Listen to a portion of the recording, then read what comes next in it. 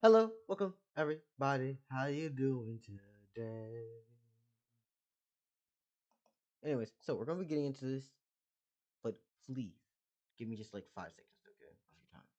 I personally am not the actual, driving factor for you coming to this video. Is am I? So if you could do me a favor, go to the original link in the description. It's gonna say original video next to it. Go support the original, right? Why? Because we enjoy Aeronmatics. We like Aeronmatics, and I think that every single person here who's watching this video would like to go and support them. And if you don't want to, why the fuck are you here? Because I know you ain't here for me. You definitely ain't. So, yeah, go check them out. And by the way, I haven't seen this yet, so I don't know if it's gonna be amazing or not. But at the same time, unless some bullshit happened in the quality for this motherfucker all of a sudden dropped out the ass, I doubt it's gonna be bad in any way. So this is Deku versus JJK, right? And in every single way, stat wise, he beats them. The only reason why Deku should lose is if somehow Deku got caught in, say, like Naoya's domain, and I doubt that ever happens because Deku's fast enough to move the fuck out of this fucking spear. That's something I've always wondered with people is like, well, look, it got a domain. That domain closes in like what 0.23 seconds or something to that is like the fastest, like 0.2 domain. Homie, this bitch move fast as hell. They gonna just leave. Anyways, Piercing blood! what? What? Excuse me. What the fuck? How? Hold up. No, no, no. I need to go right here. Piercing blood! What? So Kamo and then Toto are jumping Deku. Why? YouTube. Oh, this is coming up. Okay. I was like, where the fuck did this start? Now, this video is going to be different from my usual crossovers, but just watch till the end and let me cook. In this video, I'll be putting Izuku Midoriya in the gauntlet against various Jujutsu Kaisen characters to show you guys just how busted this kid actually would be if he found himself in the JJK verse. Starting out slow, then moving up with stronger and stronger characters that might pose more of a challenge. Wait, are we going manga or anime? Because if it's Shinjuku Yuji, I'm sorry, homie, but you still getting laid out by Deku. I don't think there's a version of like most of my hero. Like my hero characters just be fast as hell because their verse Challenge to him. Also, some of the fights in this video will contain spoilers for both the My Hero manga and JJK, but by the time this comes out, some of the spoilers in My Hero might already be animated in this ongoing season. But that being said, let's get straight into this with the first person Deku's going to be up against, Mai Zenin. What the hell is this slaughter? Why the fuck you doing this? Like, I can... Oh. Next up, okay. I was like, what the fuck is this beat now? Okay, thank God. He isn't going to actually like explain every reason for why so we're gonna lose. Deku versus Momo Nishimiya. What the fuck, homie? Deku versus Miwa Kasumi. New shadow style. Yes! The goat! Domain. This allows me to attack anything that enters the 2.21 meteor radius of my domain on Lay her shit! Oh. By the way, if you can't tell, I don't have anyone in the house today, so I can actually just be a loud motherfucker.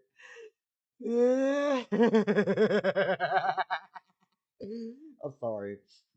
Can we like let Miwa like stand for 5 seconds? At least let her get off a binding vow that she can't miss. You know, let her get off a binding vow so then, you know. Alright, you get the point. None of the girls of Kyoto Jujutsu High are even gonna be able to touch Deku. Obviously, I'm using the manga version of Deku at his absolute strongest, but I'd say the same thing if they were up against like Season 2 Deku. But let's move on now. Deku versus Kamo Noritoshi. What the fuck, homie? It's pretty much the same thing here, but I do think he's got one attack that could catch Deku off guard, and I think you guys know it too. Piercing blood!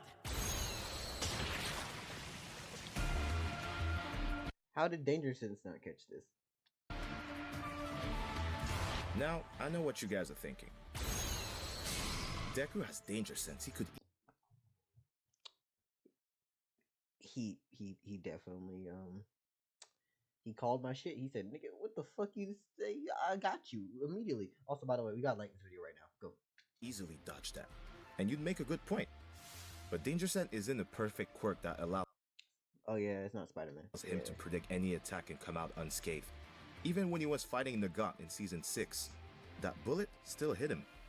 And piercing blood is described as an attack that far exceeds the speed of sound, so I could definitely see Deku getting hit by it the first time Kamo fires the technique at him. That said, that doesn't mean he stands a chance at winning. He's just the first guy on this list that could potentially land a solid blow on Deku. But moving on, we'll have the last two Kyoto students that people actually care about. Toto. Deku versus Kokichi Muta, aka Honestly? Mechamaru. In the suit? Now In the here, big there's suit? only one form we really need to focus on. Because Mechamaru in the Goodwill event is getting destroyed. There's no questioning that. But on the other hand, it's absolutely a decent fight, right? Nah, not really. It's honestly gonna get blitzed the fuck out and he's gonna just take off the head. But it's the bigger, awesomer thing. And if I had to have a movie poster with Deku like standing in the foreground, slightly lower, we have the massive kaiju-sized fucking robot. Probably actually. Okay, so we know how like King Kong hold on to the side of the building, right? I think that would actually be really fucking cool for the posing for this, as like I. Okay, so we have like alleyway situation where there's just two parallel sides of buildings. We have Deku staying in the middle of the street. There's cars all turned around. This mech is holding onto the side of one of these buildings and is looking down with the red beaming lights coming down, giving like a spotlight effect onto Deku. That'd be cool as fuck for a poster. Anyways. Also, we've seen him do this shit in season 1. Then again, maybe not. We all saw Deku destroy that giant robot in season 1 when he couldn't even control One for All. So there's no reason he couldn't do the same here. And after that, it's GG's. Deku versus Toto. He's never gonna get the chance to clap. A strong guy, that's for sure. His boogie woogie would be something that Deku would have to get used to at first, and that would earn him some solid blows. What? But that's about it. Deku is still way faster than him, and with danger sense, No more of he that would definitely shit. adapt to his technique. Also, Mahito made him spit out a ton of blood after he connected with the Black Flash in Shibuya. So Yeah, no, Toto ain't gonna survive. imagine if Deku connects with a single smash, reinforced with all of his quirks. Detroit Smash! He can't have shit in Toto's Detroit. done. Moving on to Tokyo Jujutsu High.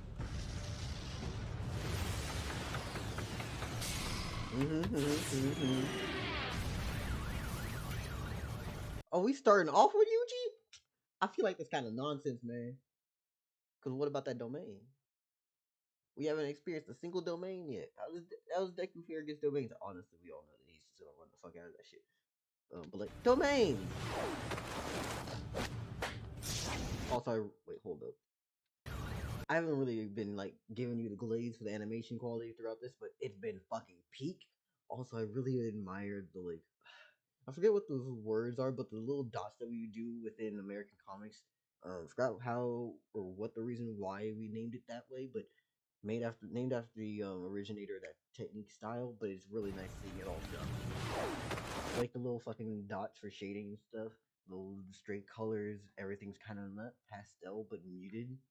Also, deciding to have Deku, the entirety of his like mask become this creepy ass face right here for this frame. Chef's kiss. Good job.